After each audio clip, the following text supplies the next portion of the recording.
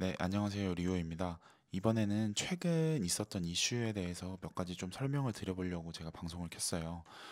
여러분들 최근에 미국과 영국이 예멘 후티 반군을 공격했다라는 뉴스를 보셨을 거예요. 제가 그래서 이 뉴스 기사를 캡처해 왔는데 보시면은 미국, 영국, 예멘 반군 거점 때렸다. 중동 확전 위기.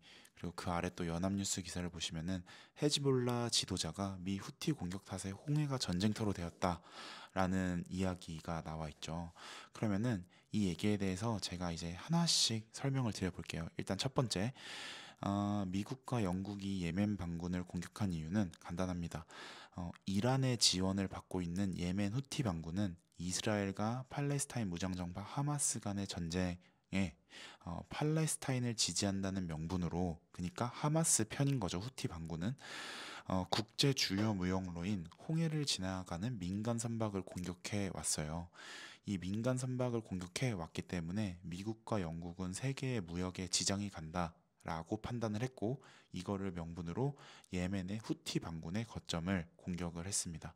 전투기, 선박, 잠수함을 동원해서 군 기반 시설에 폭격을 가했습니다. 자, 그러면은 이 중동 확전에 대한 이야기가 왜 나오는지 이 지도를 가지고 잠깐 얘기를 해볼게요. 일단 우리가 이 중동 지도를 볼 때는 크게 이란, 사우디, 그리고 이 이집트와 요르단 바로 옆에 있는 이 이스라엘이 현재 가장 쟁점입니다.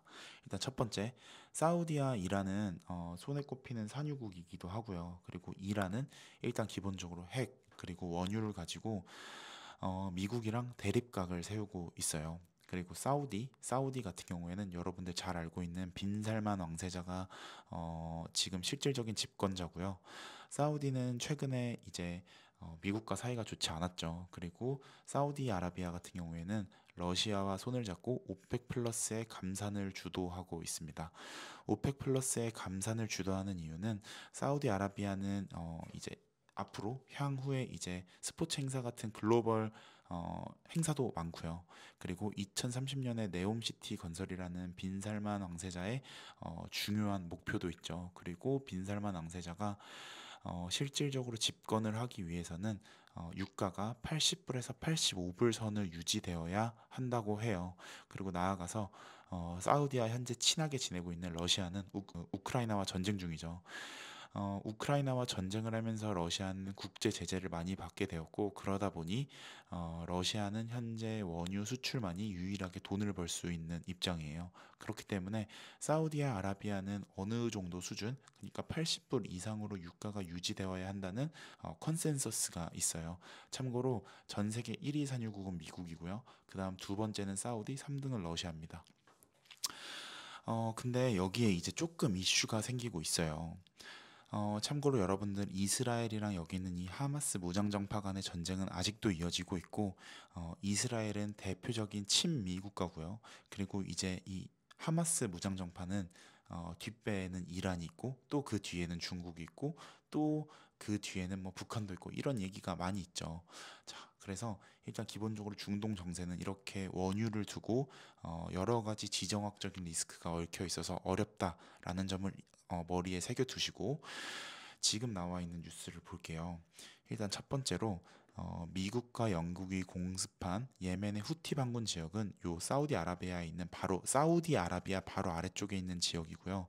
그리고 나서 이제 이란이 요런 거를 이제 빌미로 미국의 유조선을 납포했어요. 자, 지금 이렇게만 보더라도 지금 상당히 긴장감이 엄청 높아져 있는 상황이죠. 그러면은 이 팩트를 다시 한번 살펴볼게요. 미국과 영국이 후티 반군을 공격한 이유는 지금 이 민간 선박을 자꾸 후티 반군이 공격을 하면서 그러다 보니 국제 무역에 지장이 간다라는 이야기를 한 거예요. 그래서 홍해를 유럽 시장의 길목으로 삼고 있는 국내 산업에도 당연히 타격이 있을 거고요. 그리고 나아가서 홍해와 유럽을 잇는 수에즈 운하는 국내 가전업계 전체 해상 운송량의 약 10%가량을 책임지고 있어요. 그리고 그 뒤에 있는 기사를 보시면은 국제 유가도 당연히 들썩거리고 있겠죠. 왜냐? 12일에는 전일 종가 대비 약 2.7% 올라서 다시 배럴당 73불까지 올라왔습니다. 사실 제가 저희 투자 다마고찌 라이브를 진행을 할 때 결국에는 이 80불에서 100불 사이의 박스권에서 유지되지 않겠냐라고 생각을 했는데, 워낙 이 원유 같은 경우에는 지금 현재 수요가 살아나긴 어렵죠. 그렇기 때문에 이 공급 관련된 이슈가 사실 얽혀 있는 거예요. 지금 이렇게 나와 있는 요 이슈도 결국에는 공급 관련된 이슈가 되는 거겠죠. 자, 그러고 보면은 제가 앞서서 이제 이 중동 지도를 보여드릴 때, 지금 현재 현 시점에서는 사우디와 러시아가 손을 잡고 어떤 원유 관련된 액션을 취하고 있다라고 했었죠. 일단 미국과 사우디아라비아가 잠깐 이렇게 둘 사이에 서로 금이 간 이유는, 첫 번째로 사우디는 미국이 원유를 사주면은 사우디는 다시 이걸 가지고 미국에 채권을 사주는 구조가 되어 있어요. 이거를 페트로달러라고 하는데, 그러니까 쉽게 말해서 이 원유의 결제를 달러로 해주는 거예요.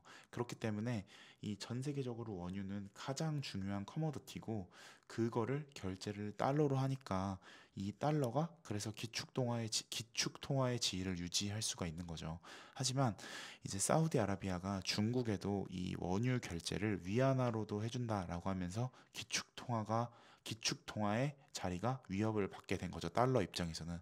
그렇기 때문에 미국과 사우디는 사실 여태까지 사이가 좋진 않았어요. 바이든 정부가 들어오고 나서부터 계속. 하지만 2024년 1월 9일에 토니 블링컨 장관과 그리고 빈 살만 왕세자가 만났습니다. 사실 저는 이 모습을 보고, 이거 미국이랑 사우디가 다시 손을 잡는 거 아닌가. 왜냐면은 아까 말씀드린 것처럼 사우디 입장에서는 유가가 계속해서 떨어진다라고 하면은 사우디 입장에서는 절대 안 돼요. 왜냐면은 국가의 재정을 유지하기 위해서는 현재 기준으로 80불대를 유지를 해야 되는데, 왜냐면 여기엔 제가 말씀드린 이 네옴시티라는 말도 안 되는 도시를 건설해야 된다는 프로젝트도 있죠.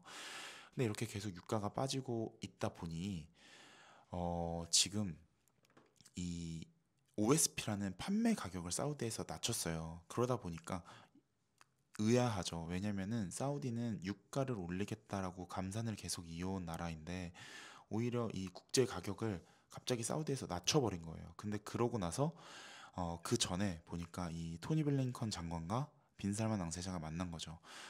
그래서 이러다 보니까 빈살만 왕세자도 결국에는 아무리 감산을 통해서 유가를 끌어올리려고 하더라도 이 지정학적인 리스크랑 이런 것들이 본인이 해결할 수 없으니 결국에는 미국의 손을 벌려서 이 네옴시티라는 말도 안 되는 도시 건설에 외부 펀딩을 받으려고 한 게 아닐까라는 생각을 했어요. 근데 알고 보니, 생각을 해 보니 이게 이제 지난 주말에 나왔던 이슈죠. 근데 보시면은 이 예멘이 사우디아라비아 바로 아래에 있고, 그리고 이 후티 반군을 공습한 지역이 사우디아라비아 완전 인접 지역입니다. 그래서 아마 제 생각에는 물론 이런 펀딩에 대한 이슈가 있었을 수도 있겠지만, 이 토니 블링컨 장관 입장에서는, 그러니까 미국 입장에서는 예멘을 공격하겠다라고 미리 사우디에 언지를 주려고 간 게 아닌가 싶습니다. 자, 보시면은 아까 말씀드린 것처럼 사우디아라비아가 돌연 원유 판매 가격을 낮췄어요. 그래서 저는 이걸 보고, 이게 뭔가, 왜냐면은 이 원유를 둘러싼 뉴스들은 대부분 우리가 미리 알아채기 어려워요. 왜냐면 너무 정치적인 부분이 많기 때문에. 그래서 저는 여기에 이 사우디아라비아가 네옴시티를 만들면서 펀딩을 하려고 하는구나라고 생각을 했던 거죠.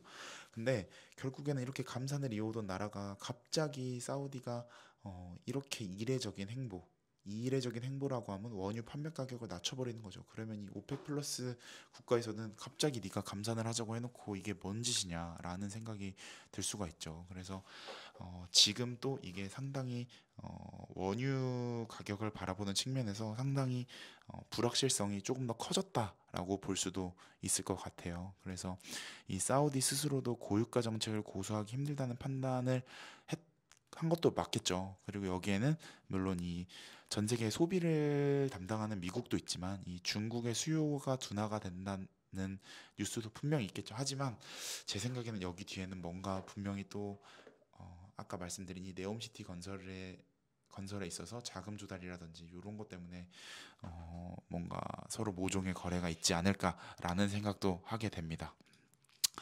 자, 그리고 이 결국에는 이 후티 반군을 공격한 것도 분명히 유가에 대한 이슈가 혼재해 있어요. 제가 이 라이브를 진행을 하면서 유가에 대한 이야기를 최근에 되게 많이 했는데요.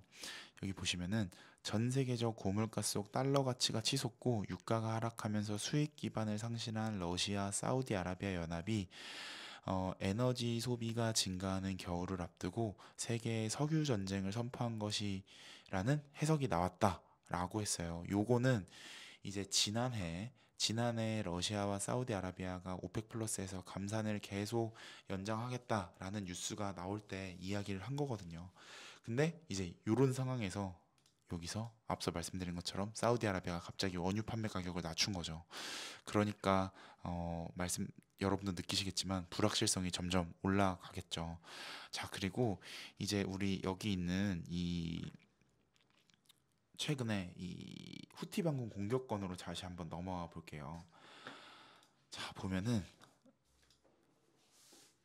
이게 뭐냐면은 상하이 컨테이너 운임 지수라는 데이터예요. 그러니까 결국에는 아시아에서 출발해서 유럽으로 가는 컨테이너 선박들의 운송비가 올라가게 됐겠죠.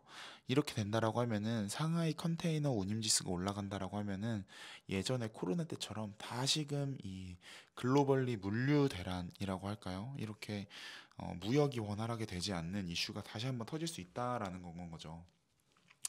최근에는 보시면 아시겠지만 이게 2000포인트를 넘어섰어요. 이게 지금 제가 한 2년치 데이터를 끌고 온 건데 어, 코로나가 한참 심할 때는 물론 4000포인트인가도 아마 넘었었을 거예요.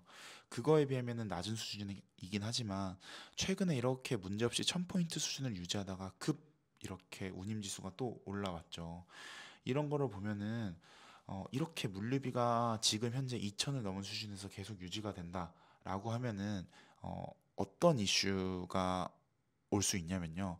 일단 첫 번째로 최근 12월에 있었던 FOMC에서 금리 인하의 첫 번째 시기를 올해 3월로 보고 있었죠. 그리고 최근에도 올해 3월에 금리 인하를 하겠다는 컨센서스는 약 75% 정도로 아직도 유력해요. 근데 이렇게 물류 대란에 대한 이슈가 있다라고 하면은 금리 하락 시기가 조금 더 지연될 수도 있겠죠. 그래서 그런 것 때문에 이런 거를 지켜봐야 돼요. 왜냐? 이게 왜 이렇게 되냐? 자, 보시면은 이게 무슨 자료냐면요. 우리가 수에즈운하가 어디 있죠? 지금 이 부분이 미국과 영국 연합군이 후티 반군을 공격한 지역인데 여기에서 계속 지금 배들을 공격을 한 거예요. 그러니까 이쪽이 막혀 있겠죠. 이게 막혀 있다라고 하면은 우리가 만약에 아시아 지역에서 수출을 해서 유럽으로 보내요. 그러면은 원래대로면은 싱가포르를 거쳐서 수에즈 운하를 넘어서 바로 유럽 쪽으로 홍해를 건너서 유럽 쪽으로 들어가면 되는 건데 이게 만약에 이쪽에 이슈가 생겨버린다라고 하면은 여기 15,000마일이라고 돼 있죠. 이 아프리카 땅을 남아프리카 공화국을 이렇게 거쳐서 돌아가는 것만 해도 15,000마일이래요. 근데 어, 만약에 이쪽 수에즈 운하랑 홍해 쪽에서 이슈가 생긴다라고 하면은 유럽까지 가는 거를 우리는 플러스 15,000마일을 해서 이렇게 뺑 돌아가야 되는 거예요. 그러면은 배 입장에서는 당연히 운임료가 올라가겠죠.